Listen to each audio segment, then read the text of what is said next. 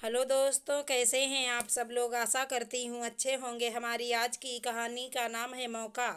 अरे बहू, तुमसे जरा सी बच्ची भी नहीं संभाली जाती। ये देखो, बेड के नीचे गिर पड़ी है। सासू माँ माधुरी जी सत्संग से वापस आते ही पोती तन्वी को रोते देखकर अपनी बहू अनुभा पर नाराजगी जाहिर करने लगीं। माँ को बोलते देख बेटे नकुल को भी पत्नी में नुक्स निकालने का मौका मिल गया और वो भी माँ के सुर में सुर मिलाने लगे। अनुभा, तुम पता नहीं पूरे दिन घर में करती क्या रहती हो। एक बच्ची नहीं संभाली जाती तुमसे। एक मेरी माँ को देखो, इतने बड़े परिवार की जिम्मेदारियों को संभालते हुए 6-6 बच्चे पाले हैं। कुछ सीखो माँ से। नकुल, तन्वी जरा सा गिर गई है, कोई आफत नहीं आ गई है। मैं उसे सुलाकर चारों तरफ तकिए लगा कर गई थी। अब मैं परमानेंट उसके पास भी तो नहीं बैठ सकती, वरना घर के सारे काम कौन करेगा। माँ जी और आप दोनों भाई बहन ना तो घर के कामों में मेरी जरा भी मदद करेंगे, ना ही तन्वी को संभालने में। हर काम अकेले मुझे ही करना है, तो कुछ तो गड़बड़ होगी ही। बहू, घर और बच्चे हमने भी संभाले हैं, लेकिन तुम्हारी तरह लापरवाही नहीं की कभी। फिर आजकल तो इतनी सारी सुख सुविधाएं भी हो गई हैं, पहले तो ये सब भी नहीं था। उसके बावजूद हम लोग खुशी खुशी सब संभालते थे। भाभी, आपको जरा सा घर का काम और तन्वी को क्या संभालना पड़ता है। आप तो परेशान हो जाती हैं। तुम तो चुप ही रहो काजल, तो ज़्यादा अच्छा रहेगा। मेरा मुंह मत खुलवाओ, जो बातें तुम आज मुझे सुना रही हो कल तुम्हें तो शायद मुझसे ज़्यादा सुनना पड़े, क्योंकि मैं तो अकेले पूरा घर और बच्चा संभालने का दम रखती हूँ, लेकिन तुम तो अकेले अपने आप को भी नहीं संभाल सकती। छोटी ननद काजल के बोलने पर अनुभा का सब्र जवाब दे गया और जो सच था वो बोल दिया। अपनी बेटी से बहू को इस तरह बात करते देखकर माधुरी जी बुरी तरह तिलमिला गईं और बोलीं, वो मेरी सबसे छोटी बेटी है, बड़े लाड़ प्यार से पाला है हमने। जहाँ जाएगी नौकरों की फौज आगे पीछे चलेगी, उसे कोई काम करने की ज़रूरत ही नहीं पड़ेगी। जब मैंने उससे कभी कोई काम नहीं करवाया, तो तुम कौन होती हो उससे इस तरह बात करने वाली। देखा नकुल, जब बात बेटी पर आई तो माँ जी कैसे तिलमिला उठी। और मैं घर की बहू, पूरे दिन जी जान से बिना किसी की मदद के घर के सारे काम निपटाती हूँ, उसके बावजूद कोई मुझे ये सुनाने से नहीं चूकता। आखिर मैं पूरे दिन घर में करती क्या हूँ, तो सुन लीजिए मैं क्या क्या करती हूँ। घर में हम 5 लोग हैं। सुबह जब से उठती हूँ, सबसे पहले सबको गुनगुने पानी के गिलास हाथ में पकड़ाओ।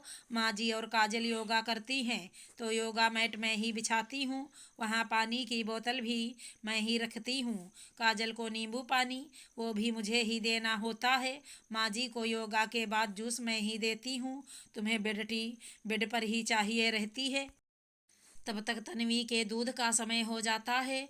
मेरे पास उसे चैन से फीड करवाने तक का समय नहीं होता है, तो जल्दी जल्दी में उसे भी दूध की बोतल बनाकर लगा देती हूँ।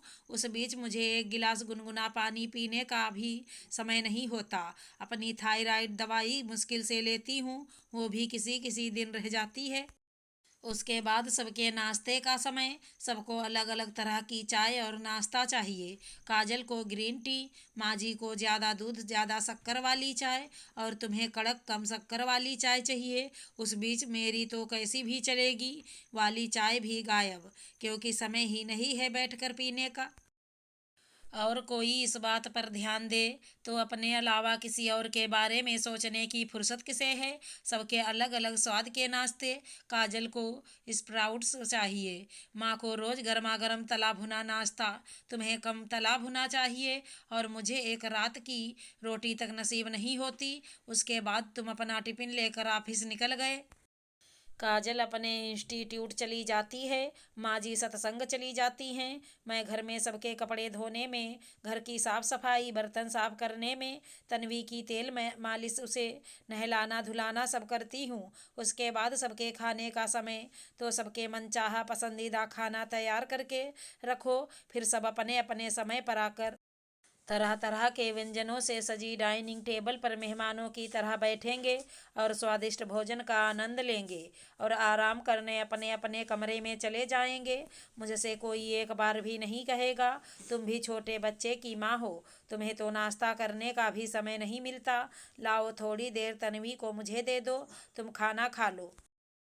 माँ जी, आप कभी खुद सोचती हैं या काजल से कहती हैं कि मेरी किसी काम में मदद कर दे या फिर बच्ची को जरा देर संभाल ले?